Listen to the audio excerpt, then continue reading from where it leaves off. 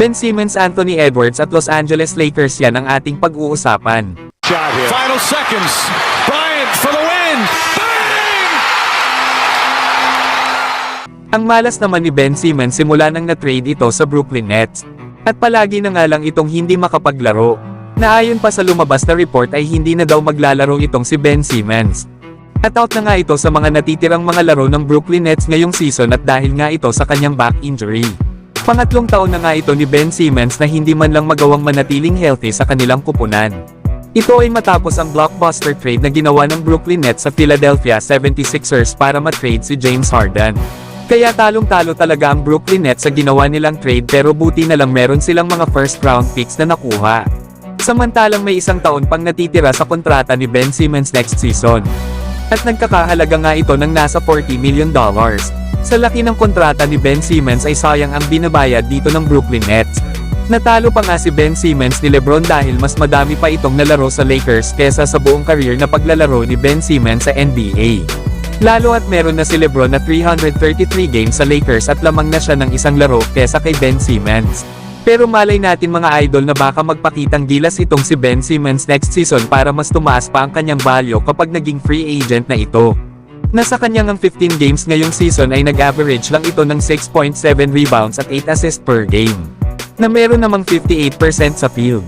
Pero kayo mga idol, ano ang masasabi nyo dito kay Ben Simmons?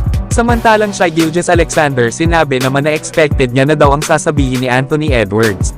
Lalo at natanong kasi si Anthony Edwards ni Stephen A. Smith na kung sino ba daw ang mas magaling sa kanila sa pagitan nila Luka Doncic at Shai Gilgeous-Alexander. Na sinabi nga dito ni Anthony Edwards na mas magaling daw siya sa dalawang nasabing star players. Kaya naman ay expected na daw ni SGA na ito ang sasabihin ni Anthony Edwards. Hindi niya nga daw inaasahan na sasabihin nito na isa daw sa kanila ang mas magaling kesa sa kanya. Na ang isang bagay nga daw sa NBA lalo sa mga players na talented, ay naniniwala sila na sila ang pinakamagaling lalo na sa nadadala nilang performance. Kaya may karapatan daw talaga si Anthony Edwards para sabihin ang kanyang mga sinabi. Yan nga mga idol ang mga sinabi ni SGA patungkol sa sinabi ni Anthony Edwards.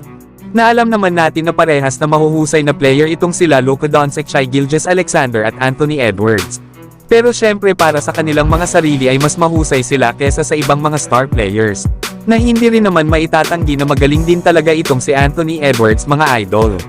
Lalo na kanina na pinangunahan nito ang kanilang kupunan sa panalo laban sa Indiana Pacers, na kung saan ay nakagawa ito ng 44.6 rebounds at 3 assists.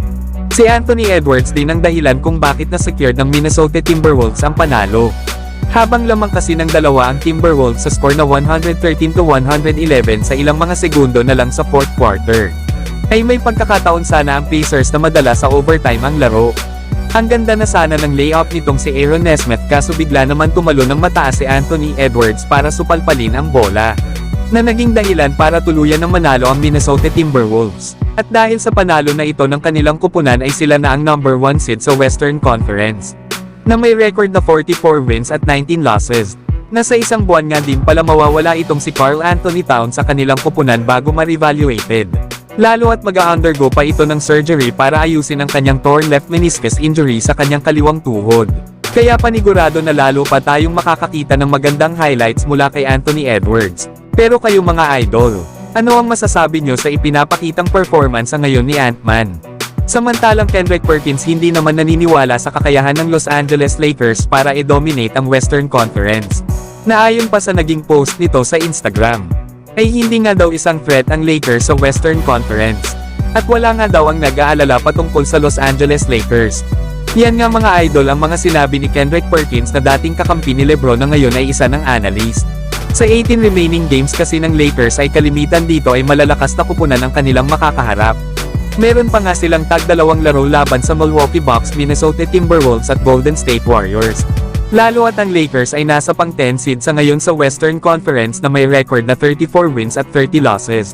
Bagamat pasok na sila sa play-in tournament kapag nanatili sila sa number 10 seed sa West.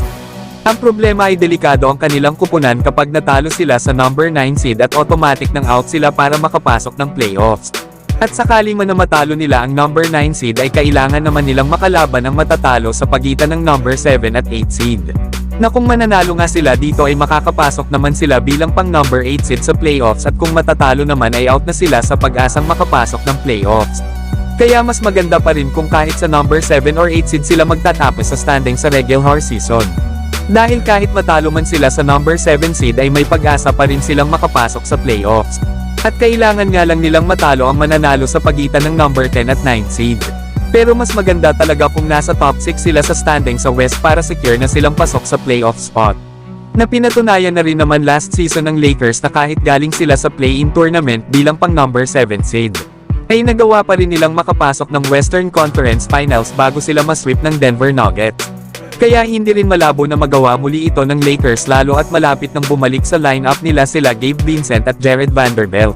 Na panigurado na mas lalakas na ngayon ang kanilang kupunan. Pero kayo mga idol, naniniwala ba kayo na kaya ng Lakers na makapasok muli ng playoffs? So hanggang dito na lang tayo mga idol. At huwag nyo naman kalimutan mag-subscribe bilang pagsuporta.